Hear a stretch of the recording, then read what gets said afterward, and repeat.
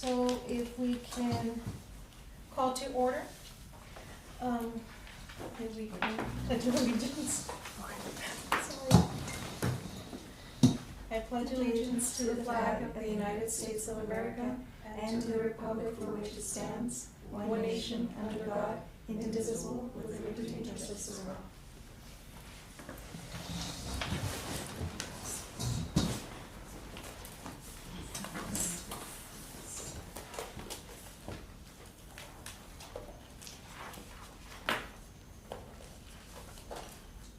So roll call.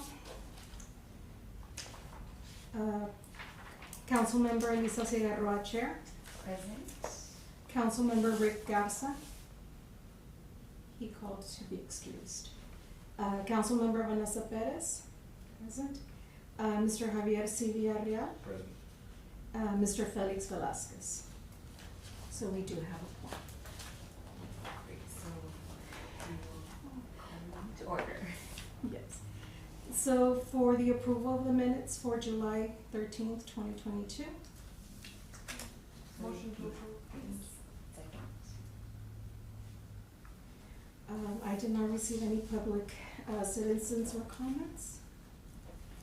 So going on to administrative matters, the first item is status update on ongoing audits.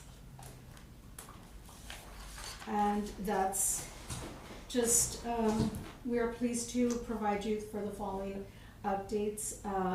We are preparing for September 2025, the cash audits. The audit staff is preparing the upcoming cash and inventory audits being scheduled. You were just presented 2 Fridays ago with the audits performed June 2025. No material deviations were noted. And a copy of it is in your packet. And although there was a memo, there were 2 memos. One is still in draft form that will be presented to you on Friday regarding the cemetery. The cemetery is being, there was a little bit of follow-up as to the concern that happened last year with the cemetery. They're trying to get into a new system, and revenues have gone up. Presently, they have gone up. So they are collecting, and they are also collecting in accordance to ordinance, which is if they have a 90 days to collect if they are in a payment plan, and there is interest, some interest associated with it, but a lot of people don't want to pay the interest, so they're trying to comply with payment within the 90 days. And then the other the other memo was given to Coach Gomez from Parks and Recs in regards to the pools. Regarding the cash audits that were performed in June. So there are some minor instances, and that will be presented to you again on Friday's packet. You have a copy here. It was basically key observations were the lack of individual change fund, the unsecured cash storage, use of ticket coupons as receipts, manual receipts for private pool parties, and pool rental permits not pre-numbered. So basically, there was just, in regards to the use of ticket coupons as receipts, they still give out the little paper coupons. So there's always, they get lost, they get wet. People tend to leave and then come back, and then they lose them. So we gave them some recommendations. Coach is trying to implement a new system in regards to that. We told him, hey, try doing the bands, try doing something else. But I believe that they're gonna try to push more the season passes, because as per ordinance, we do have a season pass for pool service, for the pools as well, and not just for rec centers.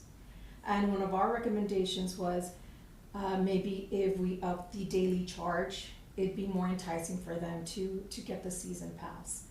And for them to start a year from now saying, hey, the daily charge is gonna go up.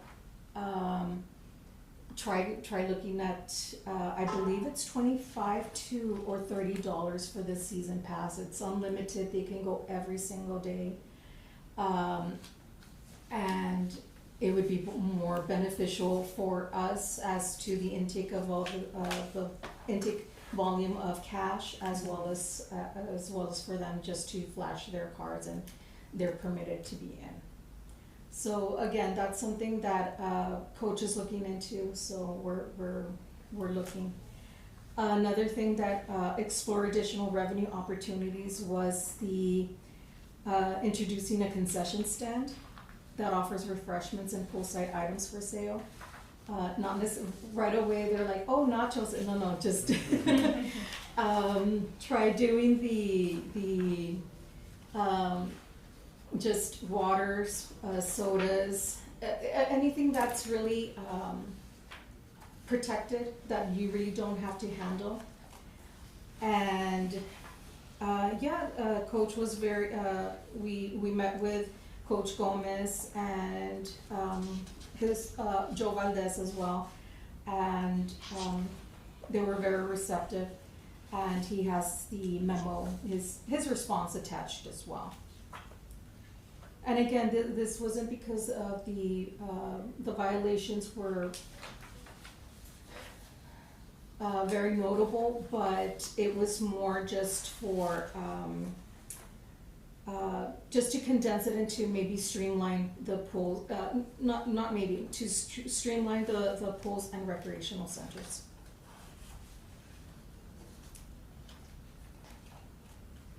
And let's see.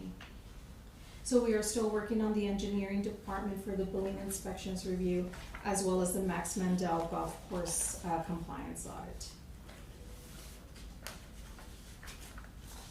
Are there any questions for the?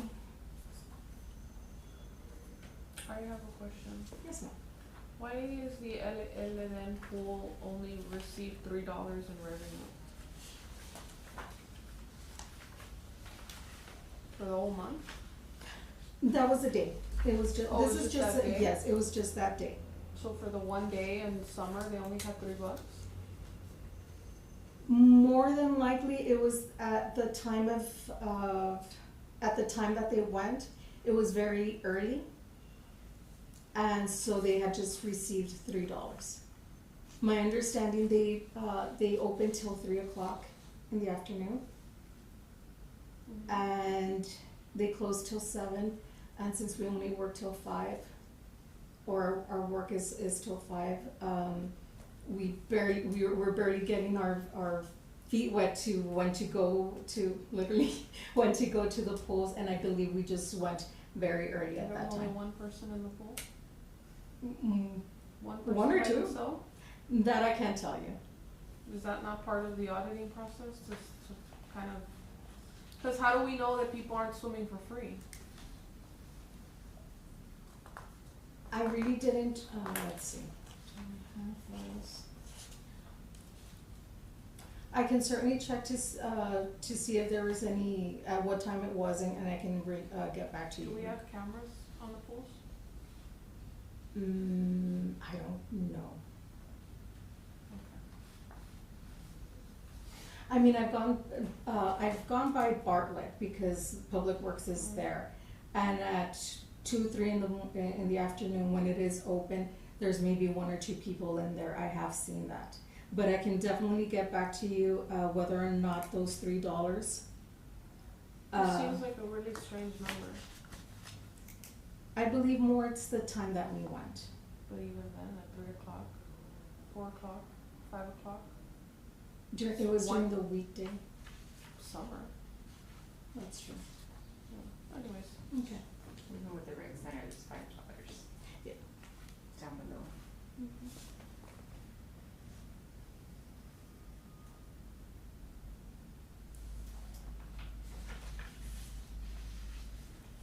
I think it'd be good to also check to see how many people clock in and clock out, if they're using a pass, if they're not using a pass. stuff like that. To go along with the monies collected. Mhm. Because let's say there's 10 people in the pool, 9 of them hold a season pass, 1 person paid cash. But if there's 10 people in the pool And there's only and there's $3 in the register, it's like, well, how did everybody else get in the pool? Mhm.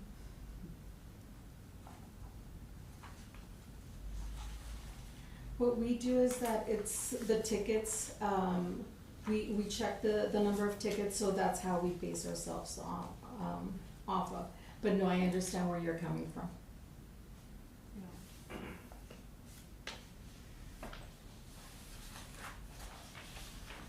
Do you have any questions? No, nothing. That's it. Anything else?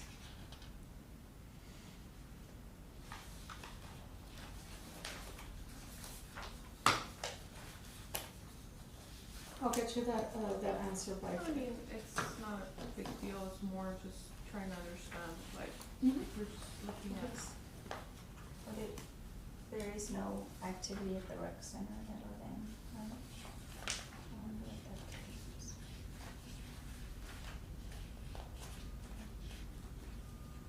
Oh, it was a Friday? No, I'll definitely check into it.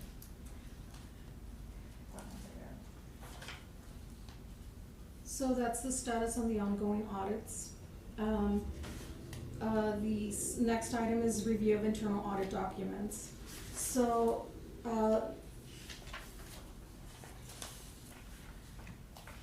I just wanted to let you know that, I haven't really said anything in the Friday packet because technically I haven't received my number, but I did pass the 3 parts for the certified internal auditor. So technically I am a certified internal auditor. I just haven't been, thank you. My experience needs to be verified by either Mr. Neb or Ms. Teniente. And they haven't received the email because it's coming from France, from my understanding. And our firewalls are not allowing it to come through. So I passed my exam July 30th, and I've been waiting for for it to be approved, and it hasn't. And so I haven't really wanted to let you know until I get my number, and I just haven't received it. But one of the things I strived for, and one of the things when I applied for this position, I wanted to get the office to be in compliance with the IIA standards, so I can say that when we do submit the audits, for it to say that the audits were performed under the IIA standards. It's being done. The only thing I can't state that until we get peer reviewed. And so little by little, that's what I'm trying to get my office to do. And one of these standards is the internal audit charter, which is this. So the internal audit charter is basically what is in the ordinance that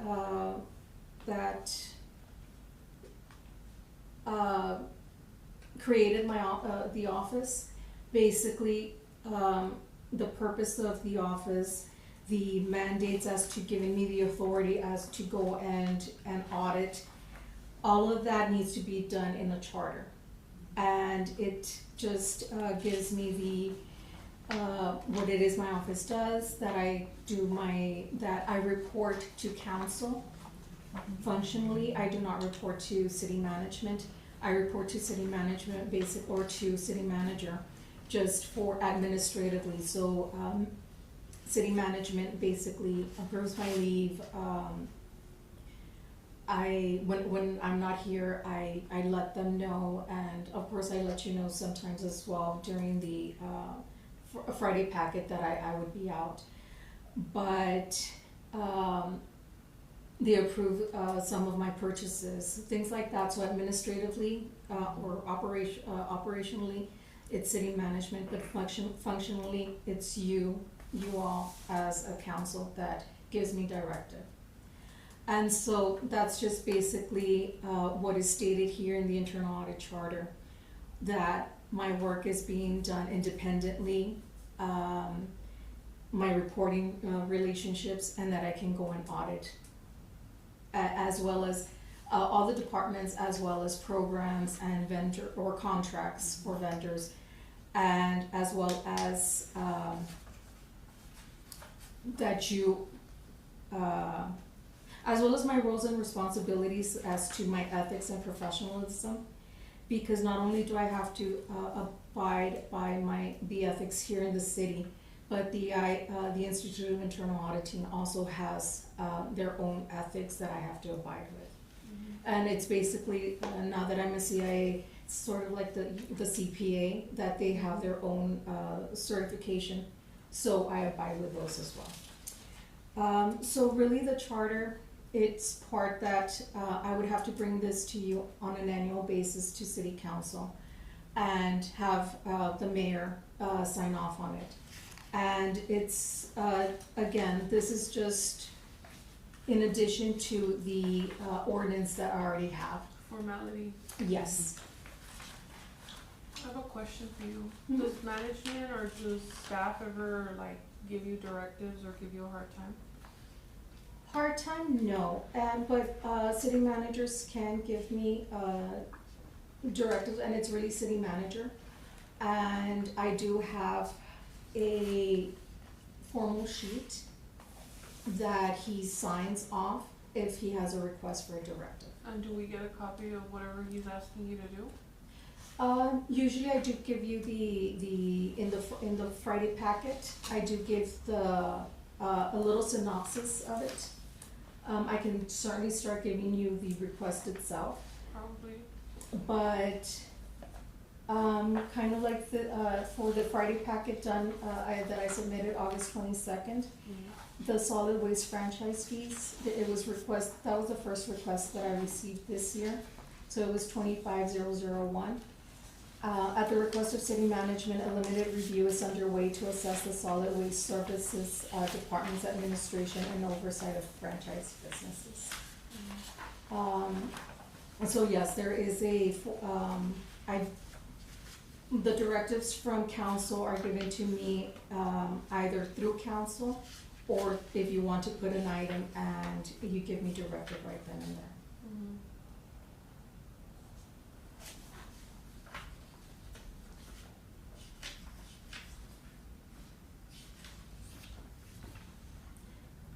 But certainly I can, the directives from council are, all the requests are in a binder. I can certainly just send you a copy whenever the first one.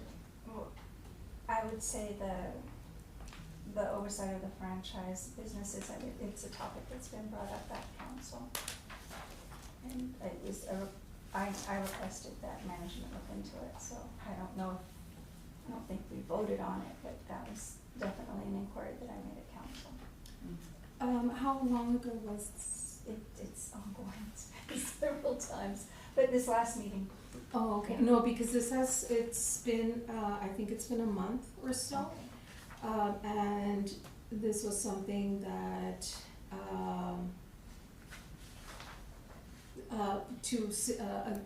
Mr. Valdez and Mr. Ramon Chavez, they spoke to me with Mr. regarding that. Any questions on the internal audit charter? No. So the other one is I just wanted to give you I know that Mr. Neb has been talking, and Chief Lundin have been talking about our standard operating procedures. Here are mine. You will be receiving these once they are completed, probably a scanned copy, because it's a lot. So basically, our standard operating procedures, It's basically our general rules of the office, and then in conjunction with, this is the policies and procedures regarding my audit process. So my audit process as to when I give out the assignments, as to how to ask for the memos. All the forms are here as well that we use, as well as that's the audit process. And this, I'm sorry, the second, that's the third, the 300s. The 200s is my annual audit plan, which is what I've asked you to review. If you have any feedback you would like to tell me as to this upcoming year. I will tell you, it's been very, very difficult for me to be performing my audits because I'm down to 2 people. It's just me and 2 people right now. And they didn't allow me to hire anybody. Because my 2 people came in with experience, so I had to pay them above the beginning salary. And then my auditor 2, who was with me for the most amount of time, retired, and she left with a lot. She left with a lot of experience too, but oh well. So we'll definitely get back to the annual audit, but this is how it would be presented. And then here are all my forms and these are all the forms I would like to implement, because again, all of this goes back to, once I have this, once I get my certification as well as my staff, we need to be peer reviewed. And what does that mean? It's basically when the auditor gets audited. So I would have to get audited by and that would be something I would need to come to you and ask for money. I feel so bad. I would need, because it is a $10,000 or $15,000. It's like a CPA firm coming in and doing your books. Mm-hmm. Basically, they're auditing my books. It's in the future, so I want to start. They look at our audits, how consistent we are with the standards. And so that's why I'm trying to get my standard operating procedures and my policies and procedures manual completed, so I can perform that and get peer reviewed. So here again, You can't get the auditor from the county to do it? Can you do that? I can a year ago, because I did perform the audit for UISD. The standards have changed, and I believe the very first one that you would have to be from an outside, not necessarily an outside, but one of their, Like a CPA firm that does Yes. audits? because the one I helped, Ms. Marta Stahl from UISD, it was a self audit, and then I would just confirmed it. I just confirmed it. Okay. Whereas the first one, it's an all-inclusive or an all-assessment, and not just maybe because it's every 3 to 5 years. So the next one, I can certainly ask the auditor from the county to come and do to confirm or validate the self-assessment that I would do. So if we get audited by an auditing firm, then don't we get some stamp of like verified or some kind of, doesn't the city get like a verified stamp that like, doesn't it up the level of auditing? Yes. It does, right? Yes, because we would get peer reviewed, exactly. Okay. So again, here's the organizational chart. Again, administratively, I have how I'm reporting to management, and just the phases of the audit. So again, this is this is just a draft of these standard operating procedures, if you would like to leaf through it.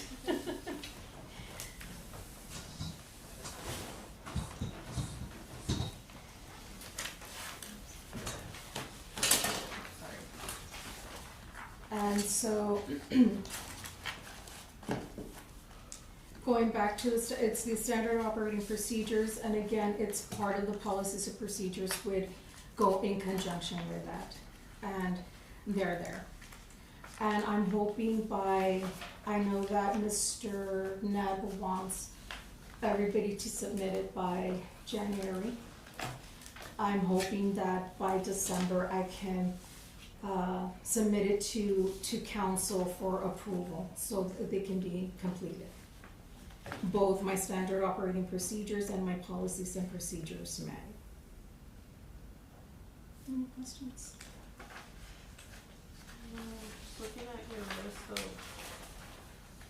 your audit plan, I really think we should take a look at Parks and Rec facilities usage Okay. and implement some kind of cross-checking in terms of if you're using a pass, there should be some Yes. swiping, we need cameras.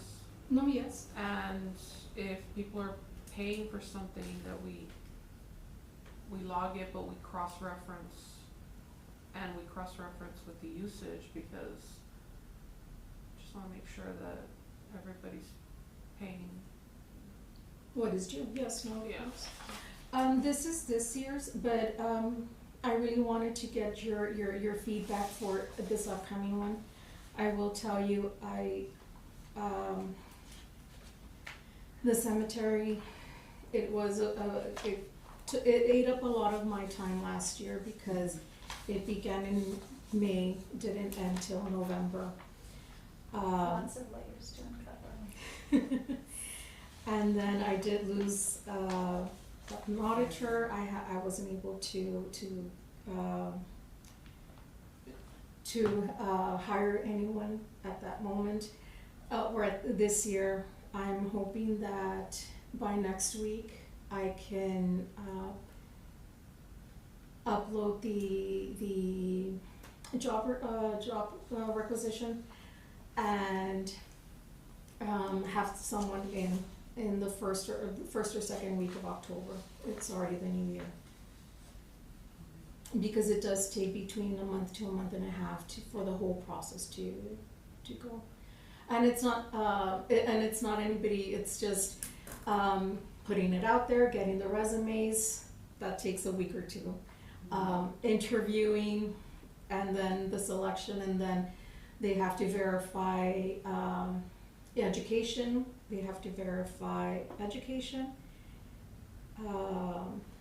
experience, as well as drug and alcohol. So that all takes, and it all adds up, all just the days add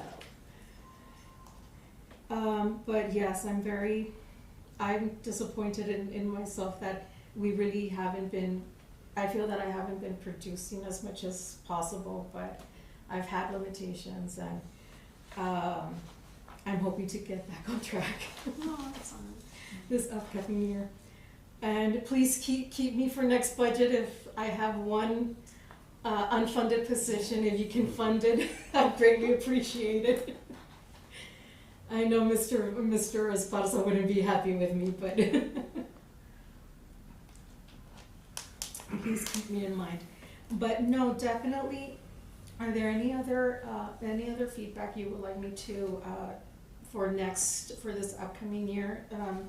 I know you want me to look at the cross-referencing, of course. Well, and not only that, but I just think also I've been trying to get us to go cashless for a while, and it just seems like with cash there's just too many opportunities, especially when you have drawers that aren't locked. Yes. And so I think that at least for Parks and Rec we should probably go cashless. Yeah, absolutely.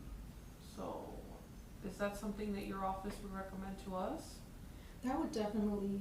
I think it would be good if it came from y'all, if you could consider possibly going cashless, especially for I mean, you have lifeguards handling cash, you have Yes. people that aren't trained to handle cash, handling cash. And that's where I spoke to, when I spoke to Coach regarding that memo, I'm like, Coach, I understand, your lifeguards are taking, they're part-timers and In high school. in high school. And they do a good job, I'm not saying they're doing a very good job, but God forbid, they're there as lifeguards. And I can definitely understand you're gonna throw that little cash box if something dire is happening. And I know Coach was saying that he did have a hard time getting lifeguards this year. There was a delay. There was There- some big delay, and that it kind of threw a wrench in the system early on. Yes, because I believe it was like maybe 2 or 3 weeks before the pools started. He hadn't gotten all the lifeguards in. I think it was an HR issue. Yeah. Yeah, Oh. but I don't think anybody's really wanting to say exactly what happened. I don't think they could apply because the system wasn't accepting them, and then by the time it was open, it was already too late. Oh, because of the age restriction, if I'm not mistaken. Maybe so. Is there anything else you would like to, maybe any other, anything else you would like, you have thought of? I'm thinking, since some of these were completed, others weren't, we're doing the Max Mandel, is there something here that maybe you're thinking, don't do this one, but concentrate on this other venture? Is this the order? Is this is this list in order? Is that the way you're gonna go down, or is that your prioritization, or it's just? No, this is just, it was really by the new audits and all of that. And again, this is just last year's. We can, again, the ambulance was continued, but my auditor left. The car wash services, that was completed. The engineering is being completed. The fuel reconciliation, we really, hasn't been done. The Max Mandel is being completed. Fleet, we wanted to go back to do a follow-up. I'm very happy to see that one because it was such a Yes. dire situation. And I know those questions have come up at council too, and Mr. Miller has said they're following X, Y, and Z protocols. I was surprised to hear though that out of that, when it happened in 2022, there was a big push for standard operating procedures, for Mr. Landine working with Mr. Miller, and they're only being finalized this year. And that is just, I don't know what the normal time frame for something like that is, but that process needs to, well, you're gonna check it, so I think it should have happened faster. It's impossible for that to happen now, but I'm very glad you're gonna go and follow up. They still don't have their building, so I understand they have containers for a lot of the tools, and Mr. Miller, I forget where I ran into him, but he did say they have a computer system that is tracking all the Yes. inventory. No, that they do. Yeah. And it's a pretty good system. It's not RTS, that's another system, but no, their system is very nice. Their inventory system is very, very nice. The problem with that one was that at Fleet, whenever the inventory was leaving their warehouse to go to where solid waste is, they were basically zeroing it out in their inventory. Where it's like, no, it's still your inventory, it's just in a different location. And it was a little bit difficult to have, to make them understand that, because they were thinking, no, it's out of our warehouse. It's like, yes, it's out of your warehouse, but it's not really out of your inventory listing, because because at Fleet, they do not have that problem. Their warehouse is very, very well maintained, but they would basically zero it out because it was going off-site, basically. So then, Have you ever done an audit on fleet to compare their inventory to what's actually on the shelves? Yes, we have, and we actually, the external auditors actually also go to fleet to do their inventory there as well. And the reports are good? Yes, ma'am. that was the issue in 2022. That was- a huge inventory Yeah. issue. There you go. Even back when we first came in 2020. Do you have a useful life list of assets? Does accounting keep track of the useful life of assets and the depreciation schedule? They do have that, and I've brought up, I have brought up certain issues with management regarding that, with useful life. The city, I think, doesn't keep inventory of a lot of things. And we keep tags on fixed assets, but, finance has it that fixed assets are only $5,000 and up. Everything else is up for grabs. Chairs are not tagged, tables are not tagged. And this is where, iPads are not tagged. Although I may be mistaken because, if you do purchase an iPad, they come from IT, and IT tags everything that comes out from their department. But they haven't always. They haven't always. And I believe Mr. Joe Rivera wants to curtail that. Well, UISD tags every piece of furniture. Yes. You know, they tag every chair, every desk. Mm-hmm. If you transfer a desk from your classroom to somebody else's classroom, you have to fill out a form. Exactly. We should tag our assets, we should keep track of our inventory. Mm-hmm. But the useful life in terms of, okay, we just bought this piece of equipment and it's got a 15-year life, and every year you're depreciating it for, you know, for tax purposes. Yes. But when that product has reached the end of its useful life, we should be able to know on a spreadsheet what items we have that are running out of their useful life, so we can know what needs to be replaced. Like, we need to have a schedule of all the things that are going to need to be replaced, Mm-hmm. Yes. all the things that are gonna need to be maintained, and have all of that listed out in like a 10, 15, 20-year plan. Rather than, we This- need to we need to fix it now. Yes. No, I understand where you're coming from, because, yes, that's exactly true. And another thing is, we don't understand what a fixed asset is, what inventory is, and then what consumables are. Consumables being, like in fleet, the spark plugs, and they have that inventory. But their spark plugs, their tires, anything that they use to perform their duties or their operations, those are consumables, because it's not inventory that you use for everyday work. Mm-hmm. It's not your chairs or your own equipment. It's something that is part of the service. So those are your consumables. Public Works, it's the rods, the iron rods, I don't know what they're called. Rebars, there you go. The rebar, cement, all of that is consumables, and that needs to be inventoried.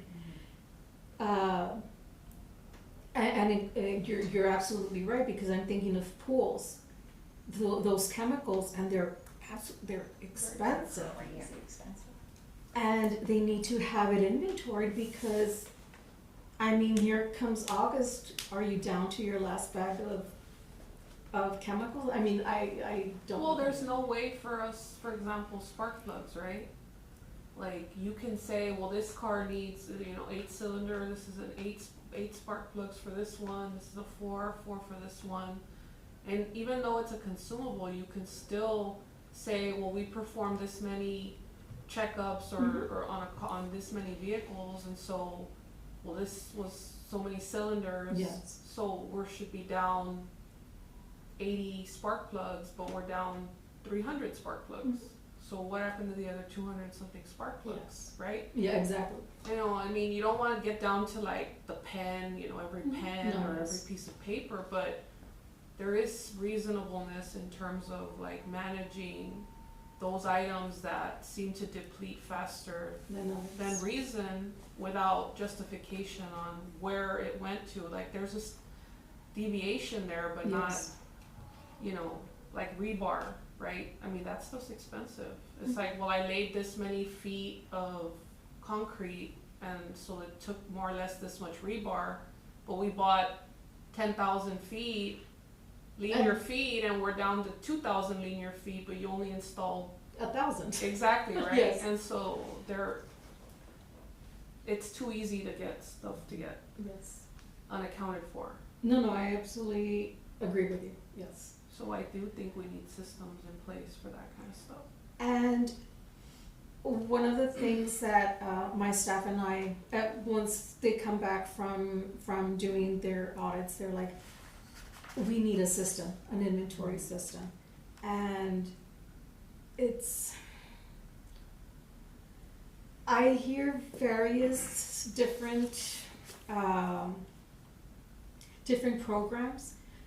I mean, apparently Bridge has one that's $3,000, and he was able to tag each and every chair, table, everything that they have with a program that's less than $3,000. That sounds like we should use that for every department. Yes. Was it limited just to them, or can that be implemented? That can be certainly implemented with everybody. It's a it's hard work because it's just at the very beginning and everything. But then I listen to others and they say, "Oh, we need a $100,000 program." I'm like, so that's where I'm trying to get as much information as possible to say what is the best inventory out there, because everybody's like, utilities has a great inventory. Well, yes, but utilities has money, has the ability to purchase. What do the school districts use? We can certainly That's- ask. They're the ones that use it. We should probably implement something like what the school districts use. I mean, they've got hundreds of schools, thousands of pieces of furniture. It's iPads, I mean, how far back can you go? Because if an iPad was purchased 5 years ago, it should still be in circulation. Yes. Just because it wasn't tagged doesn't mean that it wasn't purchased with city funds, right? Mhm.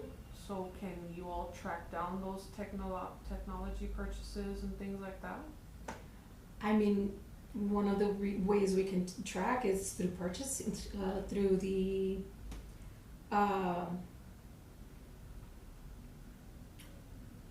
purchase orders. There you go. The purchase orders. If the purchase orders say it has an iPad, whenever the invoice comes in, it has to have a VIN number.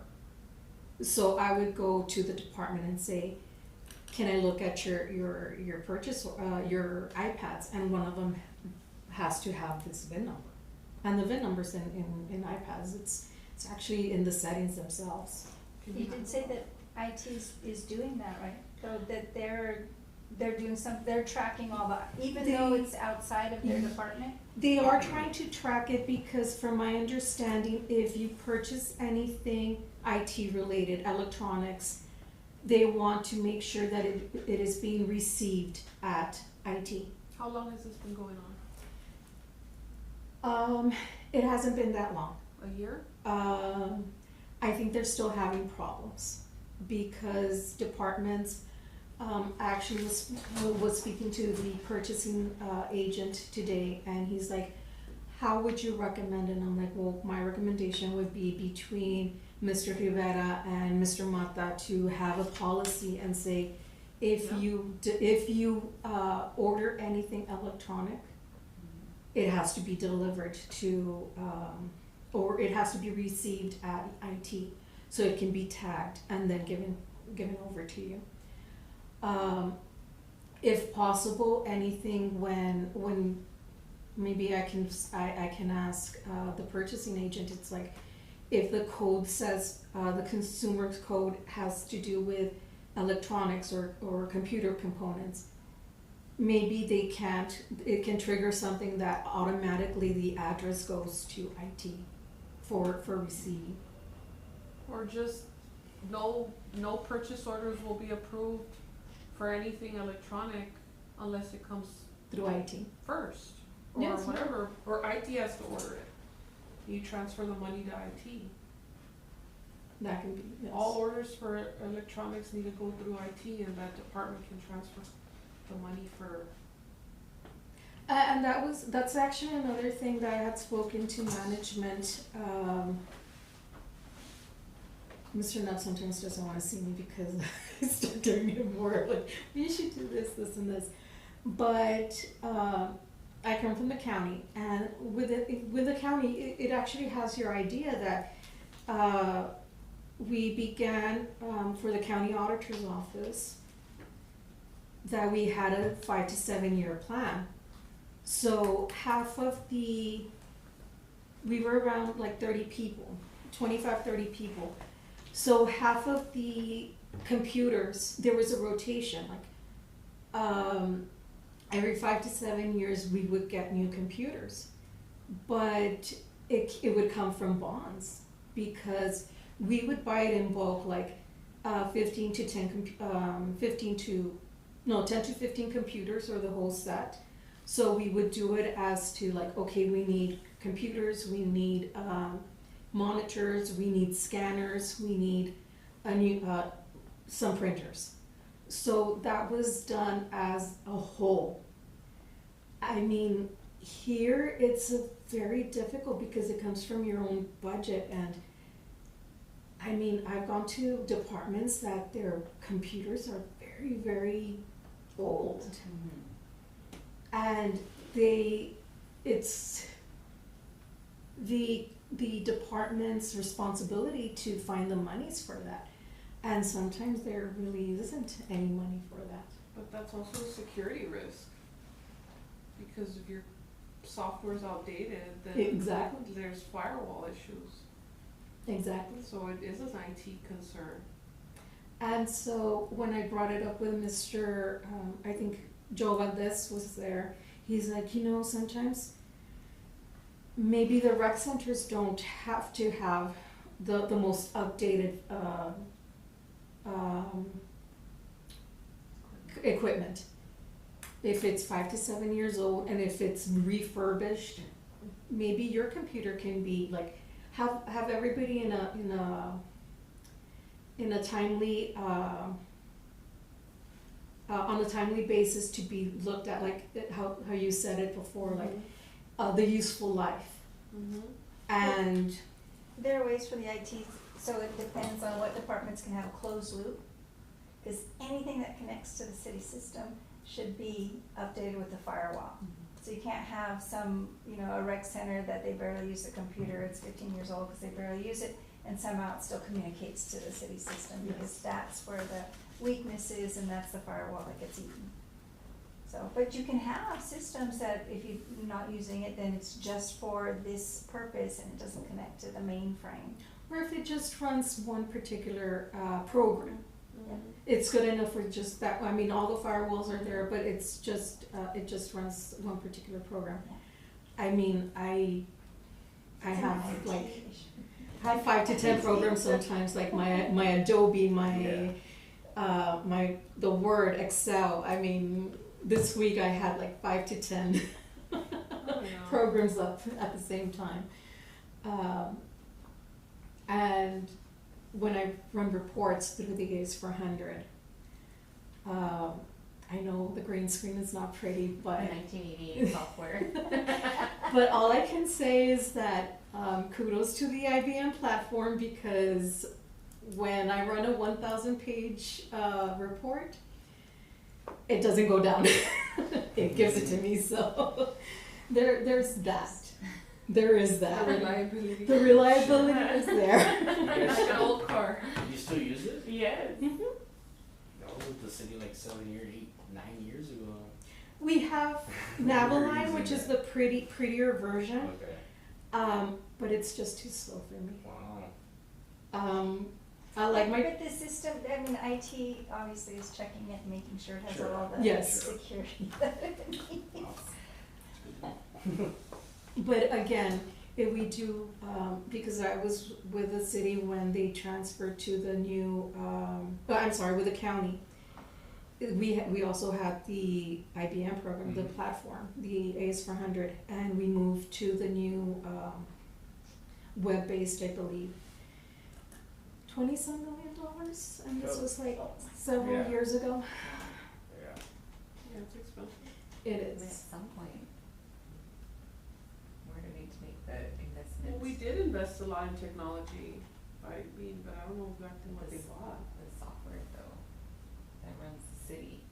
I don't know if the technology, what they used it for, were to run the lines for Servers? the servers. No, but we were going cloud-based now. We're going cloud-based. A lot of, I believe a lot of softwares, and I know Mr. Rivera is, trying to get what softwares we have out there. And that's another thing, before Mr. Rivera got here, departments would go out on their own and purchase their own softwares. That shouldn't happen. That really shouldn't happen, because that's where we run into problems. I think there's things that we need to centralize. Mhm. Even though we have departments, we have to centralize Yes. some things. When it comes to inventory and like what we've been talking about. So maybe we can look into something like that where we have like a checkout system or like a disbursement system from here to the departments, but the departments really shouldn't be, I guess it just depends, right? But if IT says all systems need to be updated, then there should be monies to update everything Yes. that needs to be updated, right? Like at least one computer per department needs to be up to date or whatever, but if the department's already underfunded and then they have to stretch their pennies, then they're not gonna they'll just make it work for another year with what they Yes. have. But it might not be the best decision, and it's up to them to make. So I think in terms of managing buildings, managing inventory, there's certain things that I think we need to have a schedule, maybe a little more sophisticated on. Schedule, yes. And and Mr. Knapp has mentioned it, we do love our buildings to death. And The facilities budget. I don't know how that can be, because it is very, and one of the things that I had mentioned, at the county, we have a facilities, department. And that facilities department, I think it works twofold. They have their custodial services all, integrated.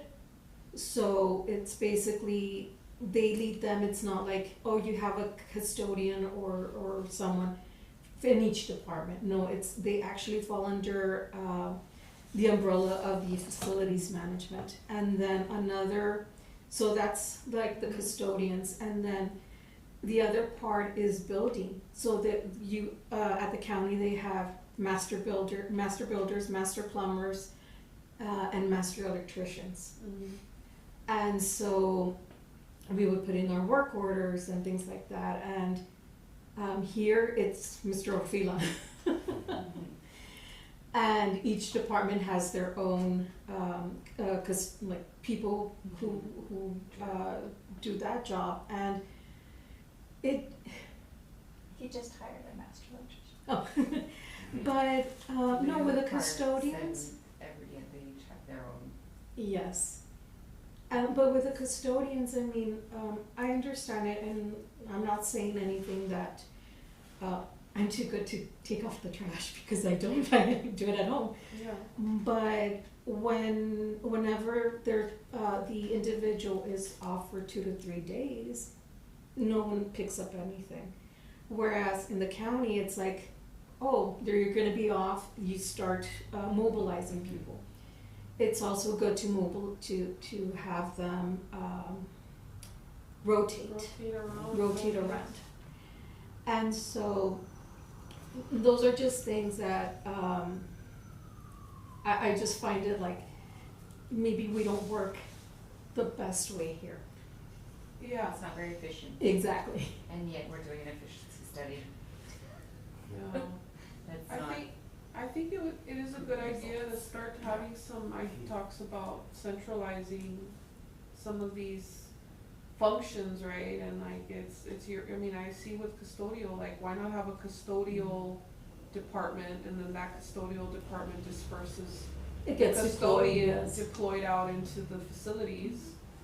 And then it's not like, oh, this is my Parks and Rec custodian and this is my, you know, whatever custodian. It's like, okay, well, it's like it's something you don't have to worry about because we have a department that takes care of Yes. that. And it also has its own job description because not everybody, I mean, you would think it's like, oh, just sweeping and mopping. No, sometimes you need to learn your chemicals or know your how to efficiently like mop your floors, and maybe it's like, is it very It's a skill set. it is a skill set. As well as I lost my train of thought. I was gonna say something else. Oh, sometimes we don't have a budget for purchasing chemicals. Whereas it's like, okay, it's not as easily identifiable when it's in every department. Well, it also takes away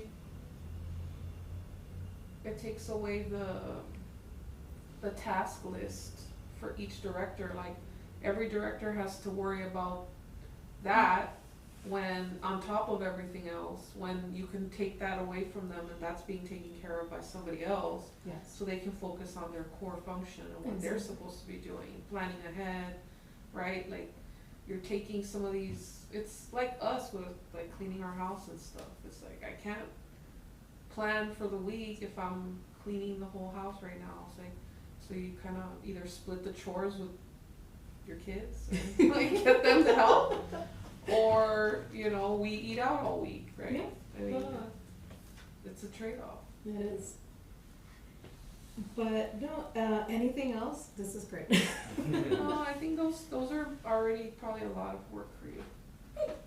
Yeah. The follow-up for fleet, will you also include, because a lot of the discussion at that time was about risk management and their policies for having that equipment, that Yes. safety equipment available, accessible, for having it for one, Yes. but, right, available and accessible.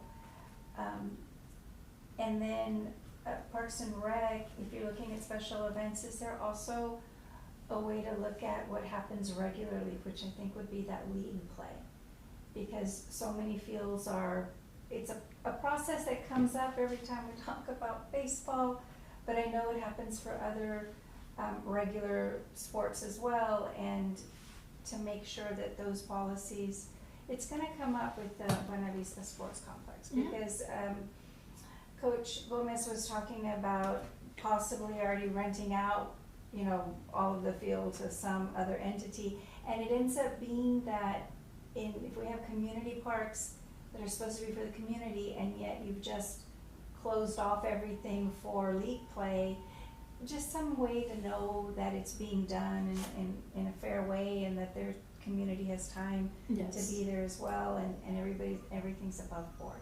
Mhm. I think a lot of the chisme comes from these old relationships, and I don't necessarily think that's always true anymore, but just to kind of No, clear no, the air and I make sure. completely agree with you, because like when we were looking at the Little League back in the day, I'm like, well, shouldn't I get also priority? I mean, I understand it's a league, but what if I want to do a party with my family, and why do they have priority and not Right. me? Because I'm gonna pay for it. Yeah. And so I completely understand because it is for the entire community. And I think it boils down to what spaces are neighborhood parks and what spaces are, more an amenity that we're trying to make revenue from. I mean, you can be Yes. as upfront as that, right? That it's actually something that's gonna generate revenue for the Parks Department. So that needs to be fair, but also the character and the quality of neighborhood parks, it's a compromise, and you don't wanna see it compromised away to just Yes. play. No, I completely agree. Well, like at McNable, the tennis courts, the Parks and Rec only rents out one, and the other one has to stay open. I mean, if we've got 4 fields, two of them are open for the public and 2 of them can be reserved, Yes. but not 4 reserved and then none for the public. I mean, And I mean, from what I remember, the little leagues, I mean, they get into fights. Because they're, the soccer leagues too, though. Do they follow the same?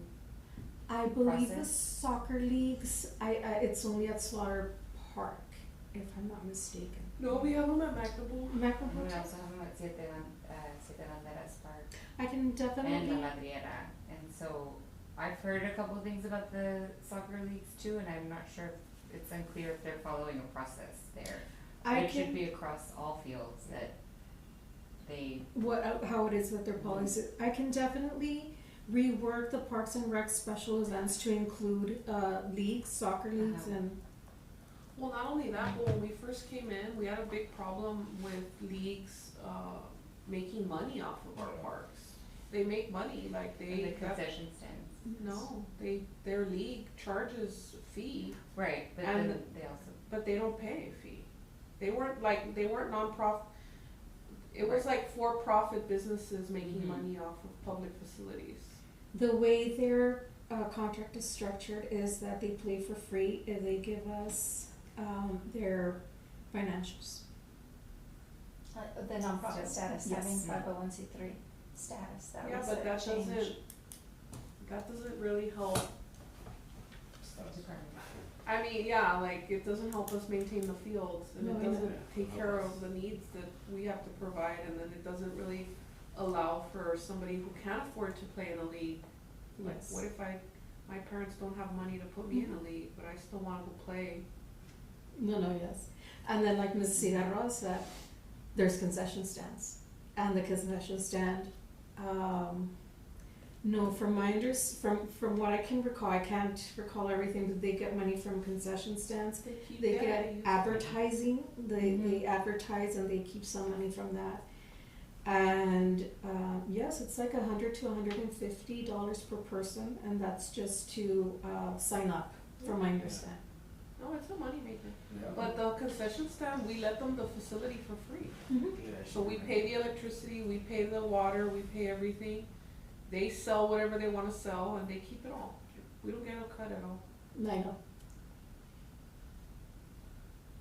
I can give you recommendations to change that. Yeah, you could, that would be Yeah. great. Yes. Okay, Mhm. I will definitely. I just tell them that it was coming from the Audit and directed. Well, and also, with the special events, I'm not sure if you could just check in with their crew, and, because the last I spoke to JJ, he mentioned using the groundskeepers that we had budgeted last year for the riverfront as part of, that he pulls them for special events, and that's not what they were hired for. They need to be groundskeepers for the riverfront, so I'm not sure if you can I will check in on definitely. that also.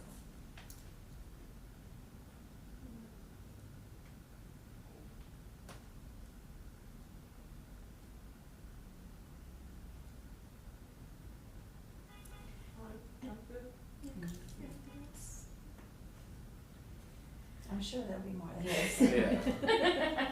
No, this was great, and really, this is the reason why I, more than anything, wanted to have this meeting, because I really, your feedback is, because I work for you, so really it's, yes, I see things. One of the things that Rosara Chapman, I wish she would have been here, but she got sick. She got sick today. But she's my, she goes out and does the cash counts, or cash audits, I'm sorry. And she's like, I keep on telling her, you need to tell me the whole story, from receiving monies to deposits, because that's another thing everybody does. It's not consistent throughout the whole city.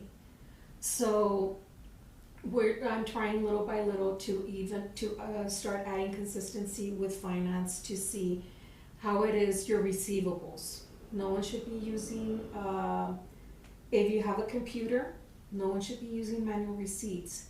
If manual receipts are just if the system is down, and once it's down, and that's where we got into the problems with the cemetery.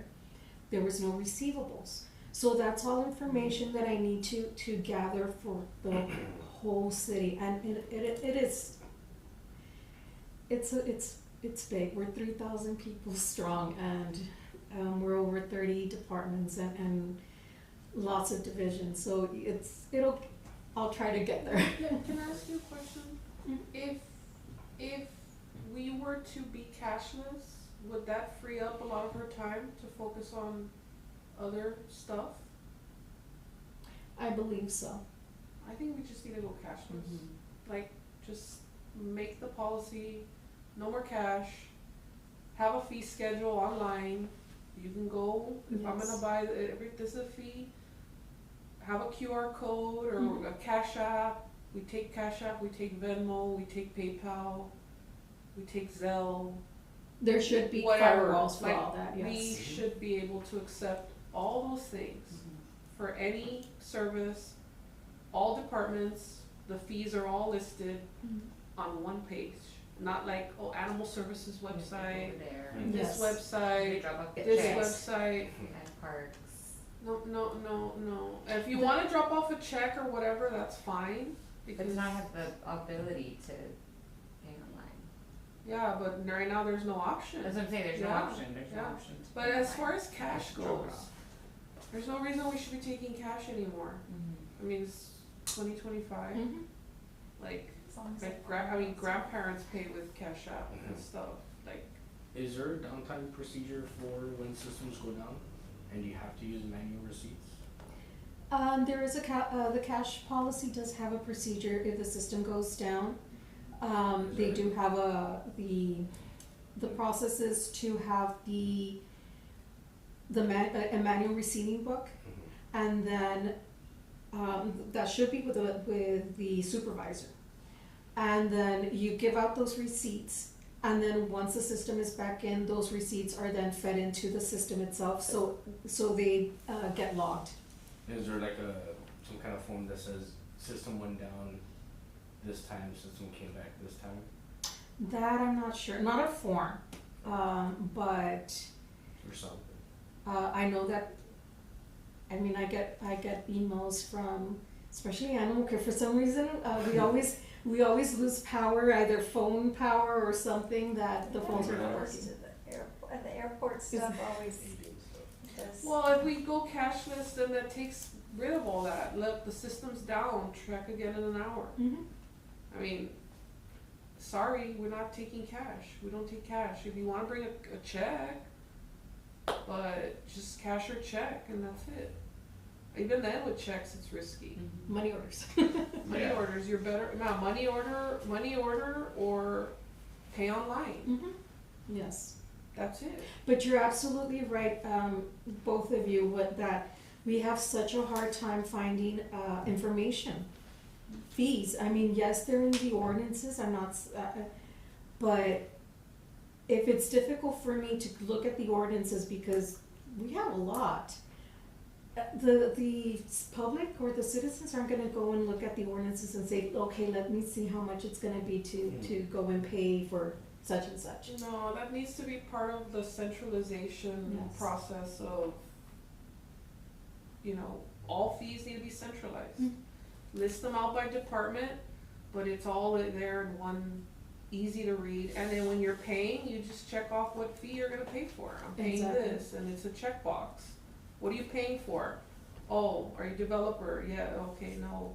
I mean, you can do Google Forms like nothing. The thing is that, at the end of the day, that's an administrative, responsibility, and the fact that our administration is not bringing that forward and not making those moves is a problem. Just Yeah, for but me. we can also tell them to do it. No, of course we can, but the fact that they're not taking that lead is, They don't have that they don't have that everything. What, Neb has 25 years? He's probably, most of his years were probably spent dealing with cash. It's, that's that's why you need expertise and skills. But I think also, sometimes you're just so focused on what you're doing, you. survival mode. Yes, you don't see it from, Big picture. the big picture sometimes. Well, all your systems have to talk to each other also. Yes. Because if you're gonna have a centralized system, then when you're paying a building fee, the building department better get it, cause then you show up at building and they're saying, okay, you Mhm. owe us there, and you're like, oh, wait, I just paid. Yeah. And so it does, the system has to communicate, and does that open up vulnerabilities if, like, that's why all those firewalls have to be put up. And this is really, I mean, yes, these are, great recommendations because, but again, going back to what Mr. Rivera said, that there's a lot of systems out there. And at the end of the day, should I mean, when you're receiving fees, really it should just be one system. Well, and that's what I was gonna say, like, you shouldn't,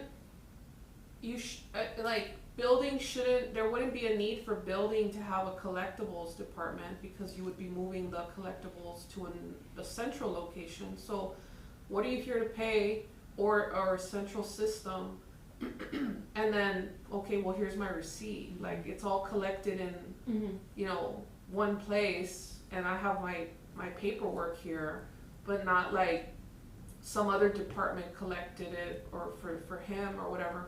And we do have a lot of external websites, like libraries is run by Liquid Studio, and this one's run by this one, and this one. I mean, all of them have their own contracts with, for their websites. But either way, nobody else is collecting fees, because all the fees are held at like collectibles department or finance or whatever. And if you need proof of payment, you call that department. Like, did you guys get a fee for this person? Yeah. Cause right now, they take money at all the departments, right? Yes. So we cut that and we put them somewhere else, and no more, we don't take payments here.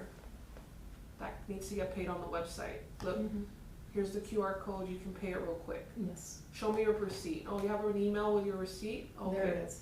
It's paid. Easy. That'll be interesting for utilities and tax. Cause a lot of people do pay cash for that. Well, they can get a money order. Or they can put into Wells Fargo and pay with Zelle, or they can do Falcon Bank. I mean, they're gonna have to figure out how to get up to date with technology, because you guys are running around looking for dollars in drawers, Yes. and we got bigger things to deal Yes. with. It's ridiculous that you're running around spending your gas, your time, to walk into a building to look and count $3. You wasted more gas getting over there. It's ridiculous. Like, that $3 should have been paid in another system. I'm just happy that it has gone down from on a month, because these were done monthly and now they're being done quarterly. I still like going out there because it gives us a presence. We get to know the people that are out there, but no, you're absolutely right. Sometimes it's like, oh, there's no monies to be counted. Well, if you're sitting in your office and you have a camera at the Bartlett pool, and you're like, at 1 o'clock, there's 30 people in the pool, and I just checked your scan and you only had 20 people that had a pass scan in, and then I looked online and only 5 people paid, so 5 people are in there Without payment. without payment, or were they there earlier? I mean, if you needed to get to that, Yes. I mean, that's kind of nitpicky, but I'm just saying, like, No, yes. you have cameras, you have everything paid online. Verification. If somebody has an issue, it can be verified. Yes. You don't need to drive out there and get the $3 out of, check the $3 are in the Yes. drawer. Cause if there's a full pool and there's $3 in the drawer, on your report, it's gonna look like, There was no $3. one there, yeah. but if you're not checking to verify, Mhm. you're not checking further, you're not looking to see that everybody's paying, you're not, that's, you know what I mean? Yes. It doesn't tell No. you the whole picture. Mhm.